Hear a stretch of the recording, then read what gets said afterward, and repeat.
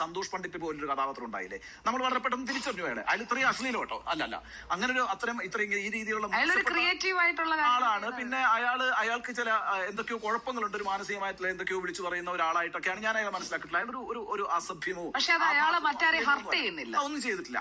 പക്ഷേ മാനസിക നിലയിൽ അങ്ങനെ എന്തെങ്കിലുമൊക്കെ പ്രശ്നം വന്നു കഴിഞ്ഞാൽ സാധാരണ ഇതിൽ ഒരു ഡോക്ടറെ അടുത്ത് സമീപിക്കും. ചിലപ്പോൾ ഞാൻ ഇയാളുടെ തന്തേൻ്റെ അടുത്ത് ഞാൻ ചിലപ്പോൾ ചെന്നിട്ടുണ്ടാവാം.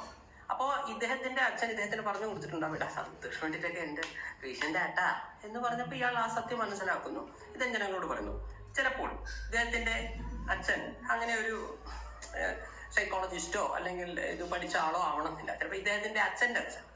അപ്പൊ ഈ ഇദ്ദേഹത്തിന്റെ തന്തേന്റെ അടുത്ത് ഞാൻ ചെല്ലുന്നു, ചേട്ടാ എന്റെ മാനസികാരോഗ്യം മോശമാണെന്ന് പറയുന്നു. ഇദ്ദേഹം മകനോട് പറയുന്നു, ഈ മകൻ ഈ ഉണ്ണി ബാലകൃഷ്ണനോട് പറയുന്നു.